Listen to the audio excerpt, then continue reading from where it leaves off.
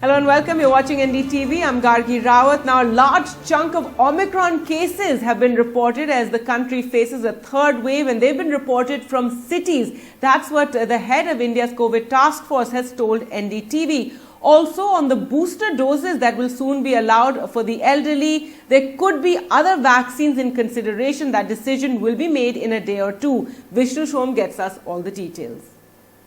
Big point over here, and this is somebody who actually tracks the rollout of vaccines in India. The key man as far as, for example, boosters are concerned. The key man as far as the vaccination of children are concerned. And here's what we know so far. The first key point is that 75% of cases in metros in India are now of Omicron. And India is in the middle of a third wave. No more are we not? India in a third wave, 75% of cases in the metros are Omicron. That's a key point.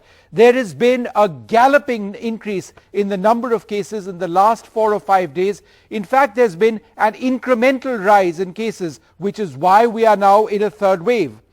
So India clearly in the midst of a third wave of COVID is what Dr. Arora told us. And he says, and I quote, "The whole wave seems to be driven by Omicron. It started in our major cities. It is likely to spread, as in the case of Delta, to other parts of the country." So the key question over here is on vaccines and boosters. A decision on boosters will be decided tomorrow or day after tomorrow. But the key question is, will these be for all adults? Will these be for those above 60 with comorbidities or healthcare and frontline workers? At the moment, they are still only talking about those above 60 with comorbidities and frontline workers. A decision on boosters will be based on science and available experience.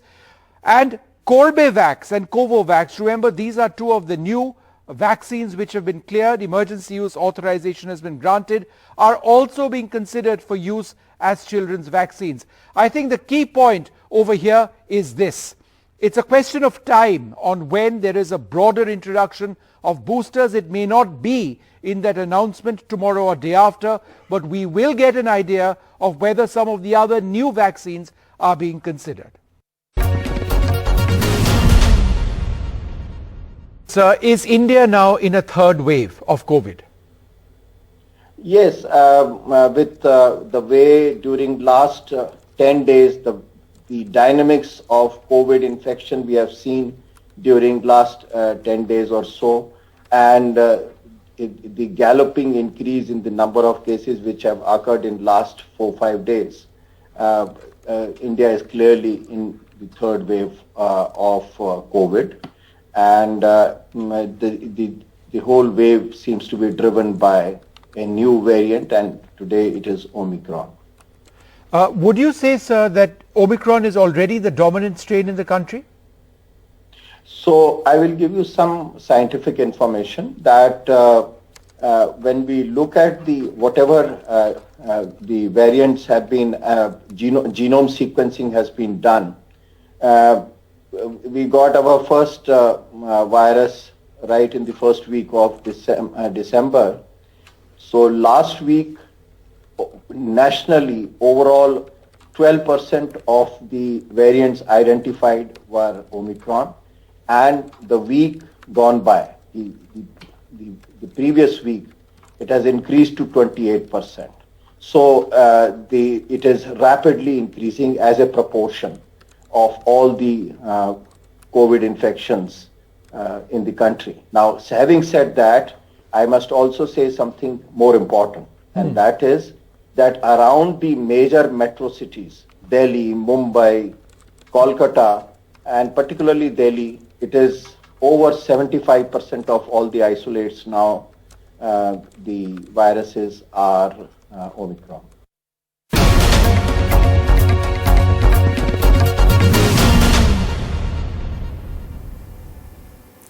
Well, it's been a big day for India's vaccination drive as vaccinations opened up for the age group of 15 to 18 years from today, and over 40 lakh in that age group got vaccinated today. The Prime Minister also tweeted about this. He tweeted, "Today we've taken an important step forward in protecting our youth against COVID. Congrats to all my young friends between the age group of 15 to 18 who got vaccinated. Congrats to their parents as well. I would urge more youngsters to get vaccinated in the coming days. Health Minister Dr. Mansukh Mandavia also tweeted, well done young India. Over 40 lakhs between 15 to 18 age group received their first dose of COVID vaccine on the first day of the vaccination drive for children till 8 p.m. This is another feather in the cap of India's vaccination drive. So let's take a look at some of the scenes our reporters captured for us from across the country at vaccination centers.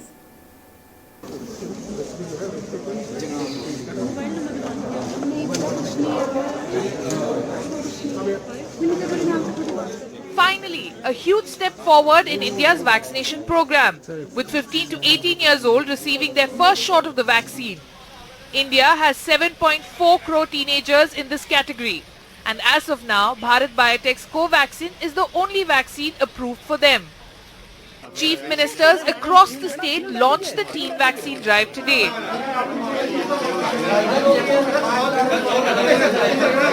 In Mumbai, the city which is currently facing India's worst COVID surge, 9 jumbo centers have been set up for teenage vaccinations.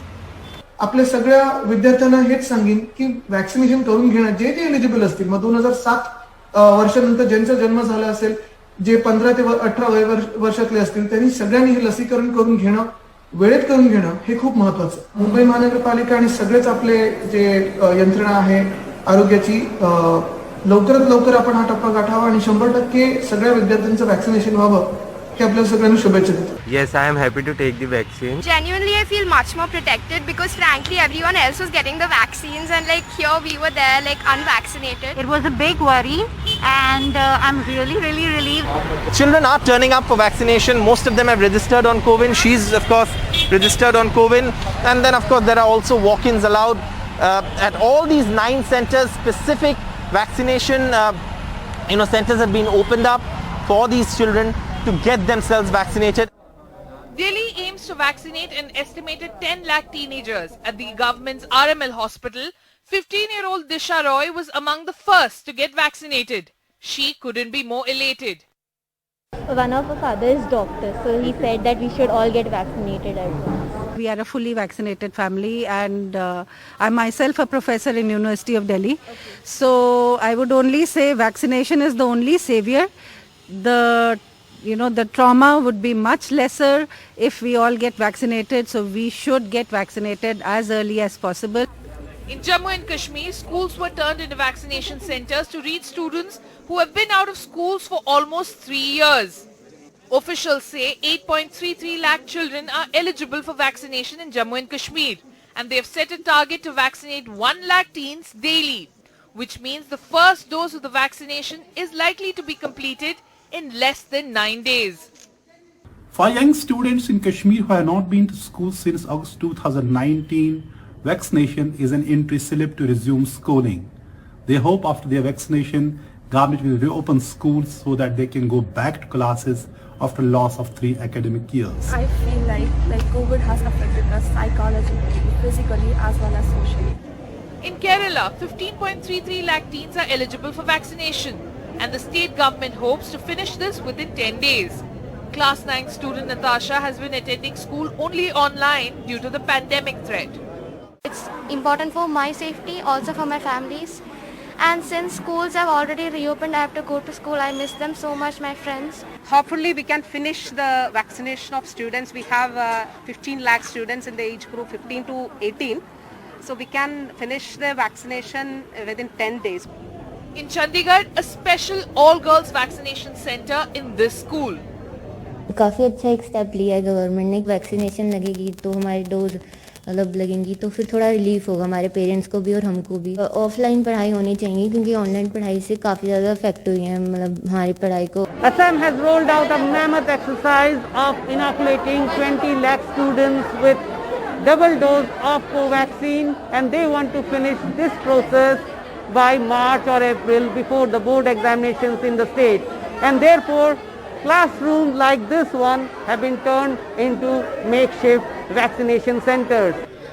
On day 1, there were long queues of students outside classrooms with their Aadhaar card and birth certificates as teachers registered them for the jabs.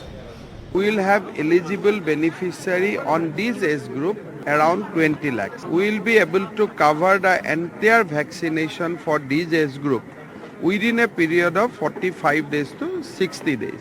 From 10th of January, we will start vaccination program for the frontline workers, precautionary dose for the senior citizen. NDTV Bureau Report.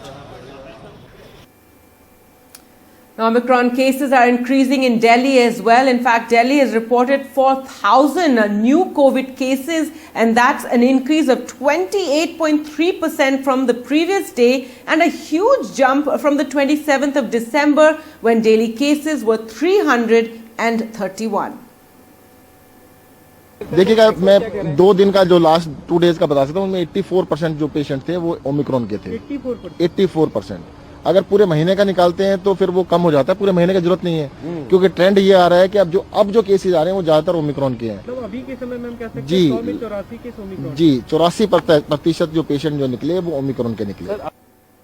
And in Mumbai, what is concerning is the jump in cases of hospitalization. They're up from 10% yesterday to over 12% in just 24 hours. Schools in Mumbai have also been shut except for classes 10th and 12th. Saurabh Gupta reports. While many presume, many believe that Omicron is mild, the fact is that if hospitalizations continue to rise, then it becomes a worry for the healthcare system. It completely overburdens the system, and that's when you need more restrictions, which the authorities say as of now is not on the cards. But here's what the hospitalization data looks like. 574 patients of the 8082 cases who have tested positive have been hospitalized in the last 24 hours. Of this, 71 are on oxygen support.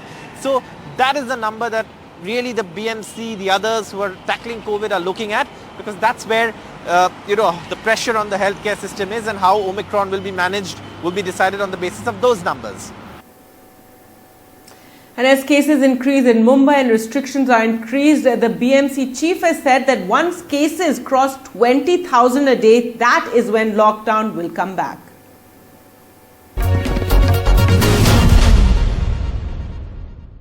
Is it fair to say that we are now at the starting point or in the middle of a third wave?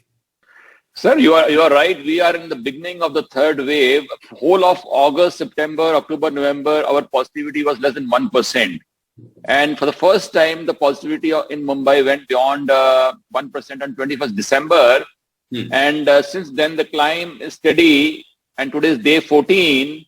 Right. And we are at positivity of 17.4%. Coming specifically to this current surge, this third wave, would you say that it is largely Omicron which is driving it? You know, I have been taking input of my experts in the state task force. So their opinion is that that Omicron is now 80%. And Delta is now reduced to 20% from its earlier existence.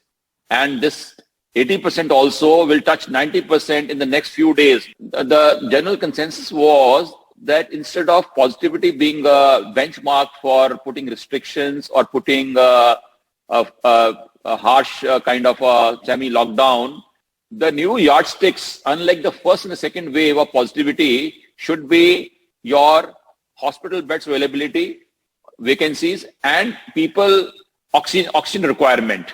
But if we find that things are going out of control, that they go much beyond 20,000, then we have to take call on that.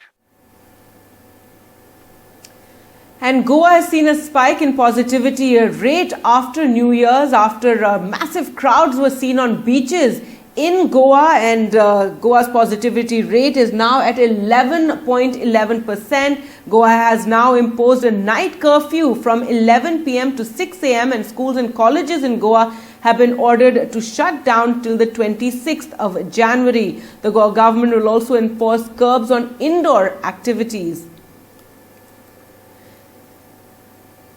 And a cruise ship that is docked in Goa, 66 people on board this cruise ship have tested positive for COVID. The New Year guests on board the Cordelia cruise ship from Mumbai to Goa have tested positive. There are 2,000 passengers on the ship. 66 have tested positive. Passengers have been asked to stay on board the ship for now.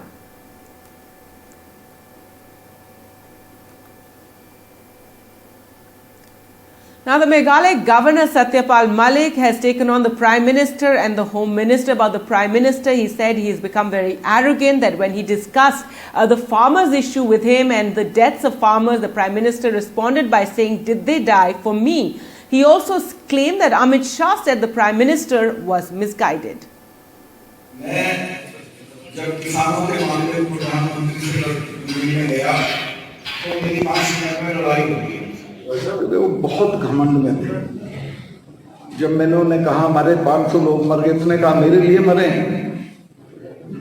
मैं कहा भाई आपके लिए तो मरे थे, जो आप राजा बने हुए उनकी वजह से खैर झगड़ा हो गया मेरा।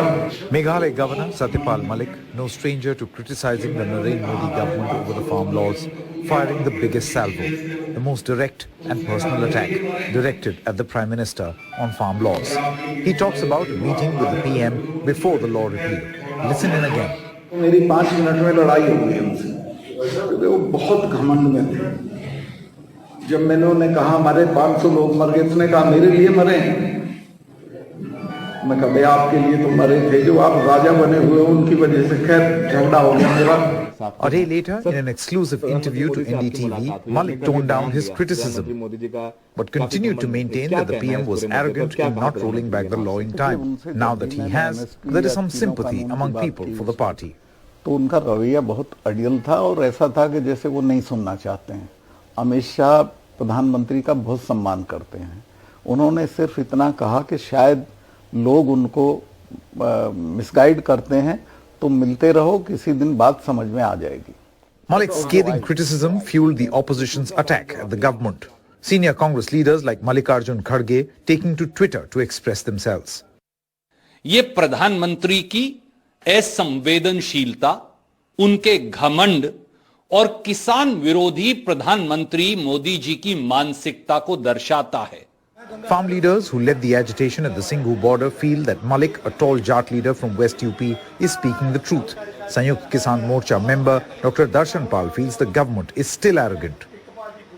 अभी तक कोई भी इवन सेंट्रल गवर्नमेंट की तरफ से केसेस वापस लेने की प्रक्रिया शुरू नहीं हुई।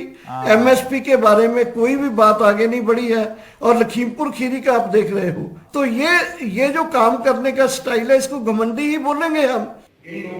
The BJP is yet to officially condemn or question Malik. Sources in the party say that any action against him by the government could send a wrong message ahead of UP polls, as he is an influential Jat leader who hails from Western UP.